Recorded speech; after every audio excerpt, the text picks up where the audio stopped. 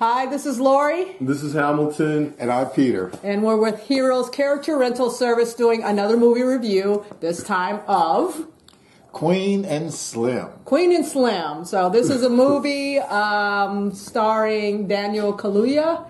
And was it Jodie Turner-Smith is her name, I think? That was It's good. directed by Melina Matsoukas and written by Lena, Waithe. So... anybody want to get into or should I get into the description? Yeah, we can start with the description. It's about a couple on their first date, a black couple on their first date that not having a very good first date, and in the process of going home, they get pulled over by a police officer, and this isn't a spoiler because it's in the preview. Right. There's an altercation with the police officer in which the officer is shot, and they go on the run. Mm-hmm. So it's a story about them going on the run. And so anybody, Peter, did you want to give your views of it, or you want to start? But I did, but before the review, I did want to start with one thing. Sure. I didn't know he was English. Oh, you didn't? I love Daniel Kaluuya. Exactly. I saw him recently on a British. Well, they don't call it a talk show. They call it something else. Oh, I don't know. But anyway, he was there, and the whole time I'm going, right. Yeah, because he's got a super thick British accent. Yeah. You might be surprised to find out the kid from the Star Wars movies is British. Oh, yeah, I know. Too. John Boyega's British. There's a lot of British. Cynthia Erivo who played Harriet, which was a big controversy. There's a lot of controversy, a lot of black British actors coming in doing iconic American roles or American characters. Exactly. And then saying stuff in the media against black people in America. But anyway, we're not here to talk about that. But yeah, Daniel Kaluuya, he's great. I love him, and I've loved him in so many things. And he's played like different characters. Mm-hmm. I mean, really, just like I'm like sold on his character so much in movies. And so just doing the American accent and you not even catching it is great. But then he's just really taking on these different personas. I think it's kind of a sign of the times that a lot of our biggest actors happen to be British. I think it's easier maybe for a British person to lose the accent than it is for us to try to imitate the British accent. Probably. Yeah, it seems it just goes wrong going the other way. Yeah. Well, let's talk about the movie though. So what was your take on it, Peter? My take on it, well, first off, I heard a lot of good things about the movie. Or just, everybody was so excited about the movie after it first came out. Mm-hmm. Usually we go see the movie like the day it comes out. But this time we didn't, but I heard so many good things. Lots of good buzz about the movie. And maybe that wasn't such a good thing. I'm not sure, But I went and saw it. I thoroughly enjoyed the movie, but there were some parts that I was like, I don't know. Yeah. But like I said, I thoroughly enjoyed the movie. I have some personal things that I was kind of like, yeah. Mm-hmm. We discussed that a little bit right after the movie. Right. There's something I didn't really relate to that you said, oh yeah, I've experienced that, so that makes a lot of sense to me. And but the other thing that I noticed during the movie is that here these two people were on their first date, and although he seemingly wanted to get along, it seemed that her character didn't care to get along. And then they started talking about... I'll be right back. That was weird. I heard it like switching, and then it all of a sudden just went out. I didn't think it was our high production values here at the Flight Path Studios in Inglewood. All right. But anyway, they started to talk to each other about each other's beliefs or non-beliefs and what they would and wouldn't do and stuff like this. And towards the end of the film, it seems that, or even towards the middle of the film, it seems that they switched roles.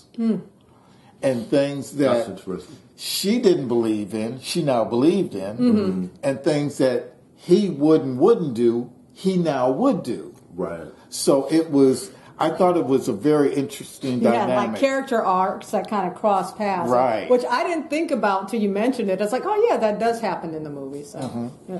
So how about you? I honestly was excited to see this film. I had seen the trailers for the last couple months or whatever, and I went into it like really hoping that it would be something that I could really embrace. But like you mentioned, the beginning to me, like maybe the first 25 minutes for me was the best thing about this movie, and maybe after I felt like after a certain point, this movie kind of went off a cliff as far as the story. Like if you look at like the fact that they're running from the police, and there's literally like there's several scenes later in the film where they're just sitting on the side of the road in the car talking about nothing in particular. It's just the pacing of the film for me kind of like I was just like, wow, like this, and it was a little too long in my opinion. But I don't want to get into the area of spoilers, but I guess we can pursue that after we talk can about do it. Yeah, if you want to get into it after this. But my biggest problem was I like Daniel Kaluuya. I loved his performance in Get Out. I think he's a great actor. But I didn't like his performance in this film. No, I felt like his character was like a weak representation of a very passive black male. And and I Interesting. And I don't even think my argument is that he didn't even transform later in the film. Although I heard what you said, Peter, I thought that was interesting. I just don't think he transformed from being this passive kind of like, whichever way the wind blows kind of character to something more substantial. And her as well. I felt like she was too antagonistic, and even though she did seemingly kind of mellow out later on, I didn't see the real catalyst that caused her to change.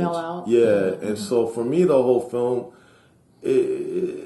like I said, I'll get into it in the spoilers, but there's just things. I felt like this was the director. She obviously, we were talking about, she's directed a lot of videos. Yeah, music videos. I felt like this film for me was like some black female's fantasy of what black love looks like, and that's point. Yeah, and that's why I couldn't really, at the end of the day, I could not embrace the story or the movie.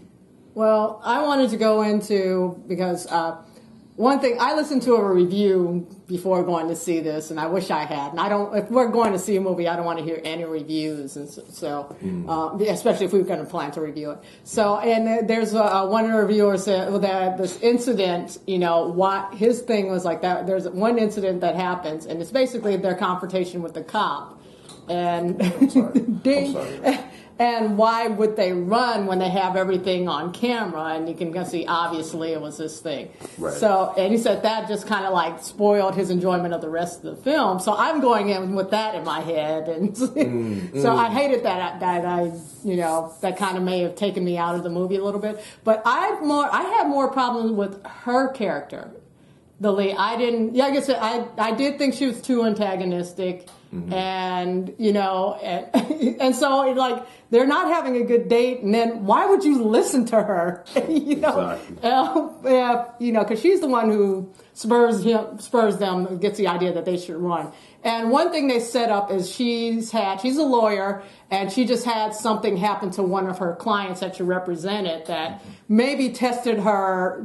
She lost faith in the legal system because of that. But I don't think the actress really kind of made you feel that's where she was coming from. I mean, she's a gorgeous woman, but I just, Daniel Kaluuya I thought was great. Was great. Yeah, you might have problem not so much with his performance, but the characterization as he was written. Yeah, exactly.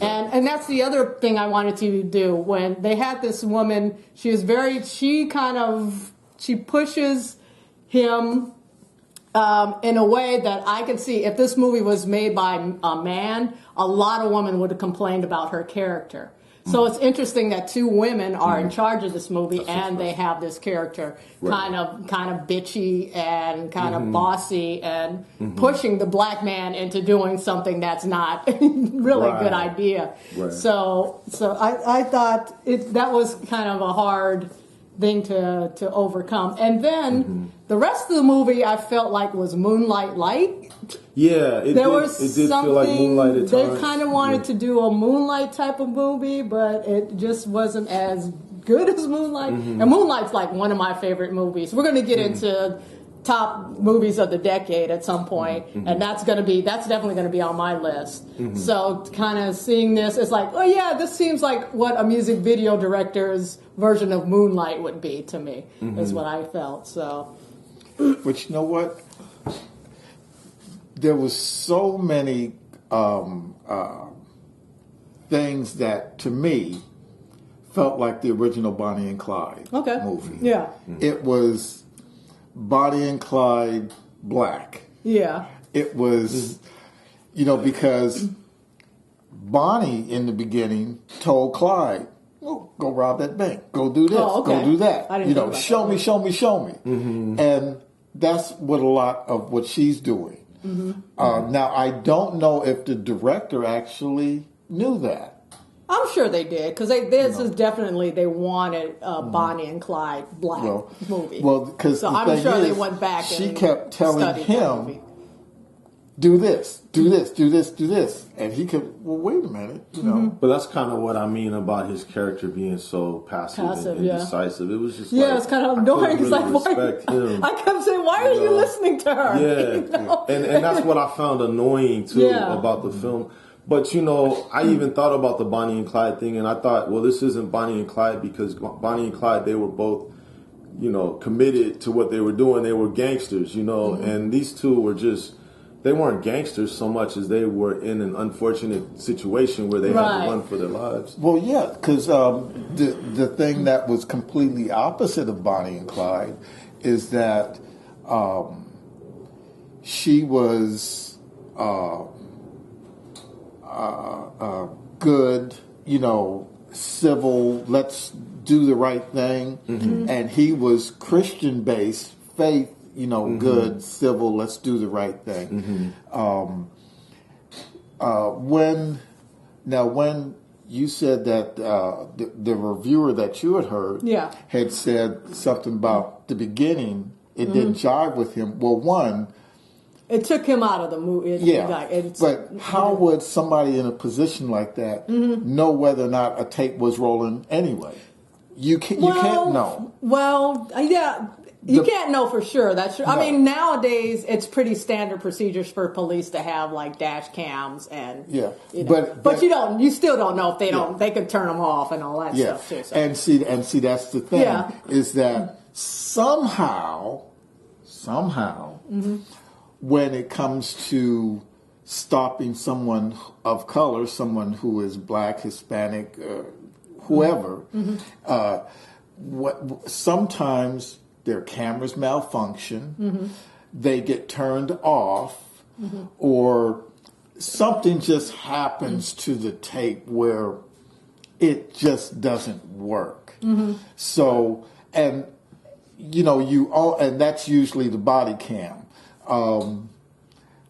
When you have a far off camera within the car, you still don't know whether that is on or not. And a gesture of, oh, hey, like that, by someone not of color, by someone who is white, they're just about to ask a question. Someone who is black, that's threatening. And that's what the officer thought. So that's why the officer shot. Because he saw him raising his hand and he didn't know if he had a gun or not. And it's like, well, I think they were trying to show in this that, in the part where the officer asked the black guy to get out, that's kind of standard now, where it's not standard with somebody not of color. So I could see where they were going. But he was cooperating. He was doing everything, and then she was instigating more. Right. You know, that's why it was frustrating. It was like, just shut the fuck up and let the, you know. This cop is being an asshole and unfair and racially profiling. Exactly. That's how. But if he, you know, just keep cool, he would have, you know. He would have probably. There's a good chance that they would have walked away. But then we wouldn't have had this movie. That's true. Obviously, you know, they did it for the movie. But to be honest, like Laurie said, I just think that the way the cop was portrayed was he was clearly on a mission to try to, you know, bust them for something, and he was wrong. But you know, let him be on his mission and just you know, this is the he was about to kill them. You know, nobody's pulling my light skinned black ass over, so you know, I don't get in those situations. The fear and panic and how you're going to react to it. So, but I think this film makes the argument that could have been any of us. I mean, he was just driving a little erratic. You know, on the road, and the cop pulled him over, and then he was just going to find a reason to bust him. And I would even go as far as to say that he was going to try to kill them because he had already initiated. He shot the girl for no reason. He was going to have to, you know, get rid of them and say something happened and. Right. You know, somehow they wrestled him. Well, it would have been he said, she said, though. But now we're getting into the spoiler. I'm sorry. But that's what I'm saying, even about the video footage. It corroborated that they hadn't done anything wrong. And so that's why I was like, man, this film is strange because the police are after them, but they clearly are innocent, you know. Yeah, but again, that's not how the movie was written. The movie was written to where we have to have an antagonist, we have to have this, we have to have that, and they put it together. And so now, how did that all come together? How did the writing come together? I think when they ended up at, you know, the uncle's house and when they did all this other stuff or whatever, then you started to see her background, where she came from. You started to see more of his dynamics, although I wish they would have went deeper because some of the choices that he made, you didn't know where that came from. And when they do talk, be it Bonnie and Clyde or be it, you know, Queen and Slim, there is you really have to listen to what they're saying because they are pushing the story forward. They're not just talking gibberish. And you're learning more about them, and you're seeing more of. Okay, there starts to become a bond between them. You know, you start to see their differences and things like this. You know, so I did the phone call. I liked the reason she was saying, well, we have to do this because of this. Although she never fully explained anything, and he just started going along with it, and I said, no, you got to have more reason.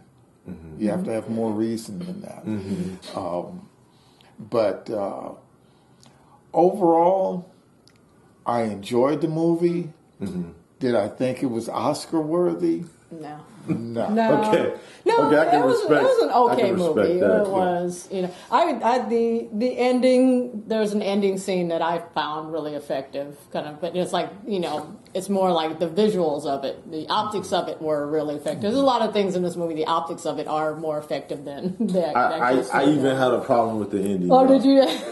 Well, we can't get into that either until later. But you had a problem with the ending. Just anything you can kind of like. Surprisingly, I did too. I'm just like. It was just kind of like I knew I knew this wasn't. Well, there was there were some lines being spoken. I was like, oh, this is bad. And then some action happens that I'm like, oh, okay. Like as I'm saying, like there's a visual style of more of a visual thing that's effective then, but the lines were like, oh no, what the hell is this? No, I had some serious problems with the ending. Yeah, I forgot about that. But I will say this real quick, yo. I really like Bokeem Woodbine. I thought he kind of stole the whole not Dave Chappelle. film. I've seen this Bokeem Woodbine. He's an actor. I like Bokeem Woodbine already. You see him in a lot of stuff, and I always look at him. I was like, he looks like Dave Chappelle to me. I was like, no, that's not Dave Chappelle. What is this guy's name? Now I know his name from this movie. Right. So I'm glad to hear. All black guys look alike. No. These two, no. I would not look at any of you guys and think you look like Dave Chappelle. Before. Good looking, They do resemble each other. Especially since Dave Chappelle look like they could be. He's gained weight. Yeah, he looks more. They look like Wood, they could be brothers or cousins Woodbine or something like that. And they're both hairless. Exactly. Yeah, they both have shaved heads. They exactly. both have. Yeah. I liked him. I didn't even necessarily like his character, right? You know, but I thought he was maybe the best thing about the film. Well, that's one thing I want to, because there are a couple on the run. There's something they refer to, they kind of imply that there's a lot of people out there looking up to them, a lot of people in the black community looking up to them and rooting for them and seeing them as heroes. And I'm kind of like, it just reminded me, like when we were younger, it's like the kind of people we looked up to, we thought were like the cool people, because there weren't that many role models, positive role models. So you thought, oh, the pimp was considered a badass, stuff, which Bokeem Woodbine, his character is a pimp basically, and stuff. So, and then you have these two people on the run from the law, going against the law, and people in the black community looking up to them. Do you think they were saying anything in particular about that? That it is a good thing? That's a bad thing? Or, they just really kind of imply it, which I think it was interesting that they did that. I don't know if the Ben Weaver would have benefited that they showed the reaction of people more, or rather than keeping the focus on the couple and their conversations and their interactions with each other. You guys have any opinions on that? Well, there was one thing. I don't know if you call her a lady of the night or whatever she is, but when she was talking to the niece, and she said, "Your uncle is this," which is Queen, is the niece, basically. Right? Yeah. When he's outside.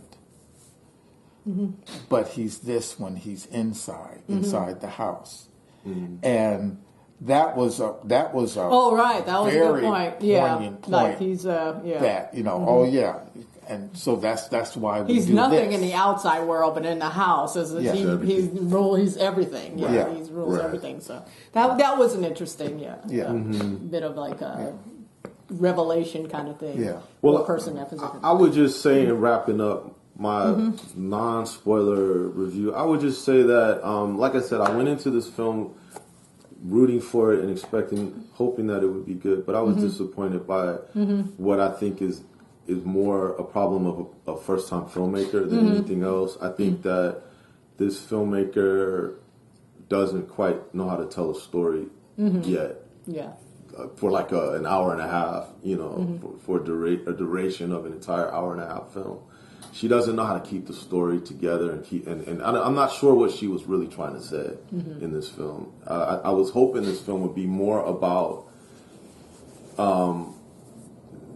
ordinary black people in this country and the things we have to deal with in terms of like racial inequity and in particular like unnecessary police brutality and I don't think it said too much about that at all. Yeah, it didn't really have much to say about that. And I would go as far as to say I don't think it said too much about anything. Anything, that's true. That's what's like Moonlight Light. Well, it was just. I think it did.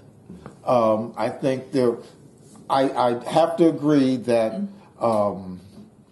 this director is going to learn because. Well, Well, she's done like excellent music videos. She's done excellent things on television, but those don't like television is more of a writer's medium than a director's medium. It's not like movies. So the the voice is coming from the writer rather than the director kind of like delivering the message. Well, but anyway, in where you were saying that because although the movie was, I think it's under 2 hours, right? It's like an hour and a half, maybe. Oh, really? Yeah, and it seemed longer. I don't know. It seemed longer. Exactly. It seemed like it was a little too long. Yeah. But what starts to happen is that there are 2 and 3 seconds in the movie that can be cut out, or you can take 1 or 2 seconds and explain so much. So. There was that give and take that was that wasn't there. There was 2, 3, 4, 5 seconds that was just like, just cut that out because there's nothing happening there.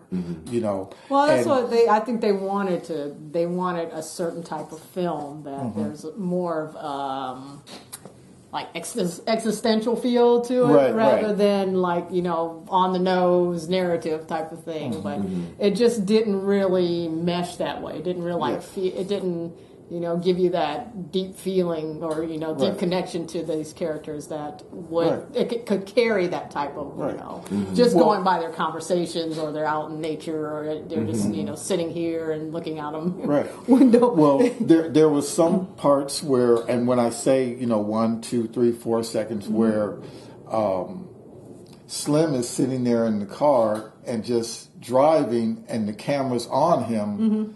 And there's nothing happening but the scenery going by. You can cut most of that out and do an explanation for in someplace else in the movie. You know what I would say, y'all? This film, after I saw it, it made me want to go and watch Thelma and Louise again. Oh, okay. Because I've seen this comparison. I've seen this story told before. And I've seen it done a lot better, and it like sincerely, like really, it made me want to go. I want to go see Thelma and Louise again because to me that's a good movie, and I think it would highlight why that film is great and why this film is kind of like it falls apart, in the storytelling. Well, I think we should wrap this up. So, Queen and Slim, if you go see it, let us know in the comments what you think, and we out. We're out. We out like Queen and Slim. 1, 2, 3. We don't need to clap at the end, but whatever.